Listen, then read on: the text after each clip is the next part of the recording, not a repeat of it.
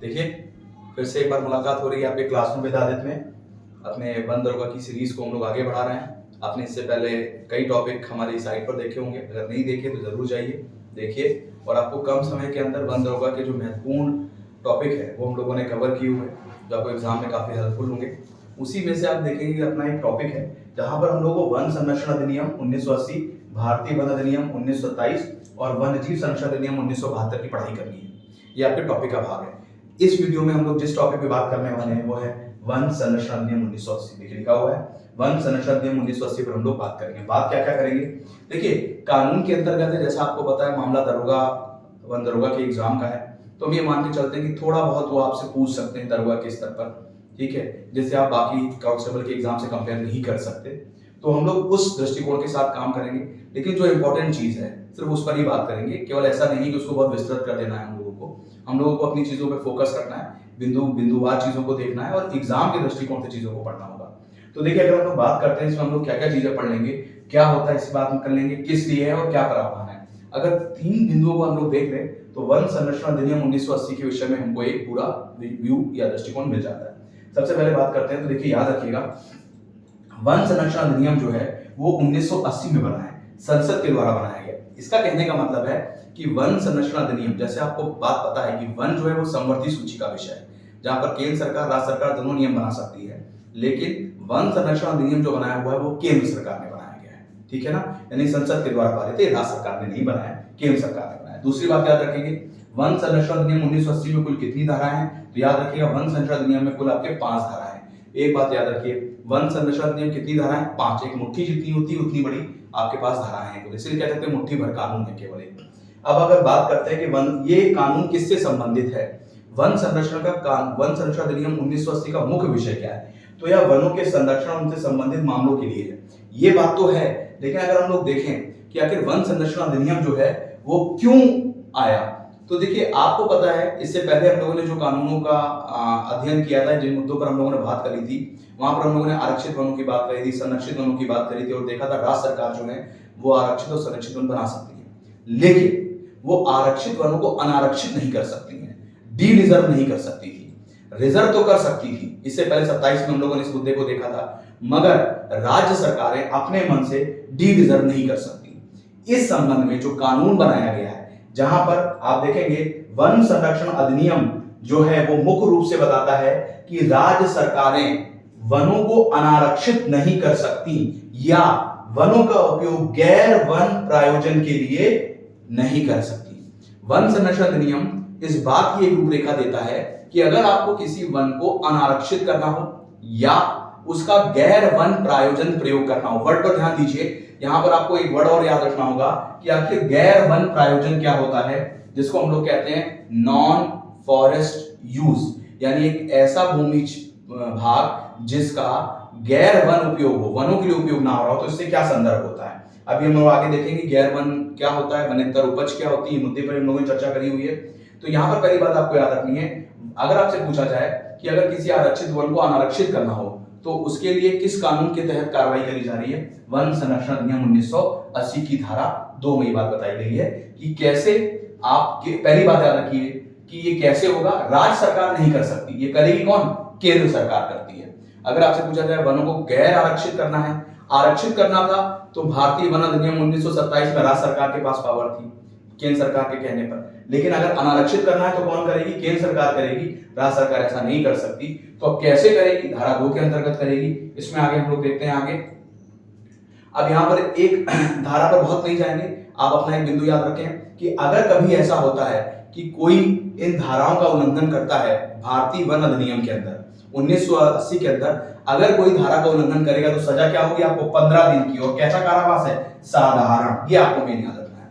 भारतीय वन अधिनियम के अंतर्गत आपको जो सजा होनी है वो सजा होनी है 15 दिन की, और कैसी? साधारण। अब जरा याद करिए, भारतीय वन अधिनियम 1927 में जब हम लोगों ने पढ़ा था तो हमने बात करी थी उल्लंघन की सजा कितनी थी? 6 माह की, और जुर्माना कितना, सजा आपको कितनी थी? 90 दिन की।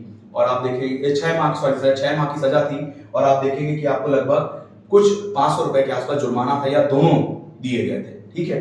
लेकिन यहां पर आपको कितनी है? 15 दिन की साधारण कारावास दी जाएगी। इसके बाद जो अगला इंपॉर्टेंट चीज जो हम लोग को इस वन के संदर्भ में याद रखना है, राज्य सरकार वन को अनारक्षित करेगी, लेकिन केंद्र सरकार की पूर्व सहमति से। राज्य सरकार नहीं कर सकती, केंद्र सरकार की सहमति से करेगी।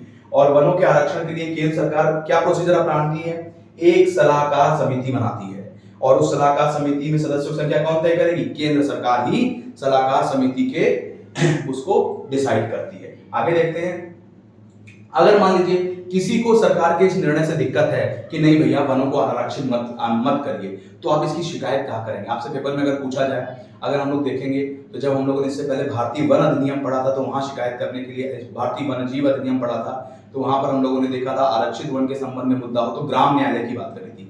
लेकिन यहाँ पर हम लोग किसकी बात कर रहे हैं, एनजीटी की, जिसे आप भारत की ग्रीन न्यायालय कहते हैं। एक छोटा वीडियो हम लोग एनजीटी पर भी आपको दे देंगे आजकल के अंदर। एनजीटी पे अलग से बात होगी 5 मिनट के लिए, जिसे हम लोग नेशनल ग्रीन ट्रिब्यूनल कहते हैं। भारत के अंदर हरित न्यायालय के रूप में किसको जाना जाता है, एनजीटी को। तो भारतीय वन अधिनियम के अंतर्गत अगर किसी को दिक्कत है कि आपने किसी वन को अनारक्षित कर दिया है, तो शिकायत कहां करिएगा, जाकर आप शिकायत कर दीजिएगा एनजीटी में, वहां पर ये सारी बात होगी मुद्दे की। चलिए आगे देखते हैं। इसके बाद और एक बात, भारतीय वन अधिनियम 1980 में संशोधन कौन कर सकती है, केवल और केवल केंद्र सरकार, क्योंकि कानून आपको पता है किसका है, केंद्र सरकार का, तो केंद्र सरकार ही संशोधन कर सकती है। ठीक है, अब यहां पर एक वर्ड आपको याद रखना है। हमने आपसे भी कहा था कि वनेतर प्रायोजन क्या होगा, क्या गैर वनी प्रायोजन होगा। तो देखिए ये आपसे पेपर में पूछा जाएगा, बताइए दिए गए चीजों में कौन सा गैर वनी प्रायोजन में आता है। यानी वन से अलग प्रायोजन, आरक्षण किया वन बचाने के लिए, लेकिन आपको अनारक्षित करना है या भूमि को देना है गैर वन प्रयोजन के लिए, तो क्या गैर वन प्रायोजन है। तो देखिए सरकार बताती है कि गैर वन प्रायोजन क्या क्या होता है, लाइन से आपको चीजें दिखाई देंगी अभी ऊपर की तरफ। हम लोग देखेंगे गैर वन प्रायोजन में क्या क्या लिखा है, क्या क्या है गैर वन प्रायोजन में, चाय बागान कॉफी, ऐसी भूमि की सफाई करना या उसका प्रयोग में लाना जहां चाय बागान कॉफी मसाले रबड़ ताड़ तेल उत्पन्न करने वाले पौधे बागवानी की फसल या औषधि पौधे के लिए खेती करी जाए। अगर आपने किसी भूमि पर ये सब करना है तो इसे गैर वन प्रायोजन माना जाएगा, इसे वन प्रायोजन नहीं माना जाता। ठीक है ना, अगर आप किसी भूमि को गैर वन प्रायोजन के लिए दे रहे हैं तो गैर वन प्रायोजन क्या है। तो अगर आपने चाय का खेत लगाना है, अगर आपने बागानी करनी है, अगर आपने कॉफी उगाना है, आपने मसाला रबड़ ताड़ तेल उत्पन्न करना है या आपको औषधि पौधे की खेती करनी है, तो राज्य सरकार पहले उसको डी रजिस्टर करेगी, डी रिजर्व करेगी, लेकिन किसकी अनुमति से, केंद्र सरकार। केंद्र सरकार की अनुमति कैसे आएगी, सलाहकार समिति के एक सिफारिश से आएगी। ठीक है, वनीकरण के अलावा अन्य प्रायोजन के लिए, लेकिन उसमें वन और अन्य पशुओं के संरक्षण संवर्धन और प्रबंधन के सहायक कार्य जैसे जांच चौकी स्थापित करना। अब देखिए अगर आप गैर वनी की बात कर रहे थे, वनेतर प्रायोजन की बात कर रहे थे, तो क्या क्या वनेतर प्रायोजन में है वो देख लिया, लेकिन क्या चीज नहीं आती वनेतर प्रायोजन में। यानी आप ये काम कर सकते हैं, क्या कर सकते हैं, पशुओं को वन को बचाने के लिए जांच चौकी लगानी है तो कोई दिक्कत नहीं, आप लगा सकते हैं वन के अंदर। अग्नि सुरक्षा पट्टी, फायर लाइन, आप जानते हैं जब गर्मियों में वनों के अंदर आग लग जाती है तो हम लोग एक फायर लाइन का निर्माण करते हैं पेड़ पौधों को काट कर, ताकि आग उसके आगे ना बढ़े। अगर आप ये काम कर रहे हैं तो कोई दिक्कत नहीं, आप कर सकते हैं, इससे आपके वन को डी रिजर्व करने की जरूरत नहीं है, ये उसमें आता है। जैसे यंत्र संचार साधन लगा सकते हैं, फेंस लगा सकते हैं। अगर आप वन और पशुओं बचाने को एक पुल बना रहे हैं, बांध बना रहे हैं, वाटर होल्ड ट्रेन मार्ग सीमा विवाद चिन्ह पहाड़ साइन कर रहे हैं, ठीक है ना, तो ये सारे काम आपके इसके अंतर्गत आ जाएंगे। इसको कराने के लिए आपको कोई दिक्कत नहीं होगी। ठीक है, ये शामिल नहीं होंगे। चलिए आगे बढ़िए, आगे देखते हैं हम लोग। इतनी बात अगर आपने देख ली तो हम लोग ये बात समझ जाएंगे कि अगर वनेतर प्रायोजन क्या है, कौन कर सकता है, कैसे कर सकता है, इतनी चीजें आपको शॉर्ट में याद रखना है। वन संरक्षण अधिनियम 1980 है। ठीक है, 1980 की कौन बनाया, केंद्र सरकार बनाया। संशोधन कौन कर सकती है, केंद्र सरकार। अगर आप इसका उल्लंघन करते हैं तो इसके उल्लंघन पर आपको सजा कितनी है, तो आपको पॉइंट याद रखना है, आपको 15 दिन की कारावास होगी। कैसी कारावास होगी, साधारण कारावास होगी। ठीक है, अभी आगे के एक वीडियो में हम लोग एक बात करेंगे, यहीं पर मैं चर्चा कर देता हूं कि जब किसी भूमि को गैर वनी प्रायोजन के लिए उपयोग किया जाता है तो सरकार ने 2016 में एक फंड का गठन भी किया हुआ है। 2016 से एक फंड बनाया गया जिस फंड को हम लोग कहते हैं कैंपा फंड। ठीक है ना, कैंपा फंड जो है वो कंपनसेटरी अफॉरेस्टेशन फंड है, 2016 में सरकार लेके आई। नेक्स्ट वीडियो में हम लोग बने रहिएगा, हम लोग कंपनसेटरी जो अफॉरेस्टेशन फंड है जो इससे जुड़ा है उस पर बात करेंगे। वो ये बताएगा कैसे सरकार जो है वो पैसा इकट्ठा कर आगे इस्तेमाल करती है। आज के लिए इतना ही, धन्यवाद।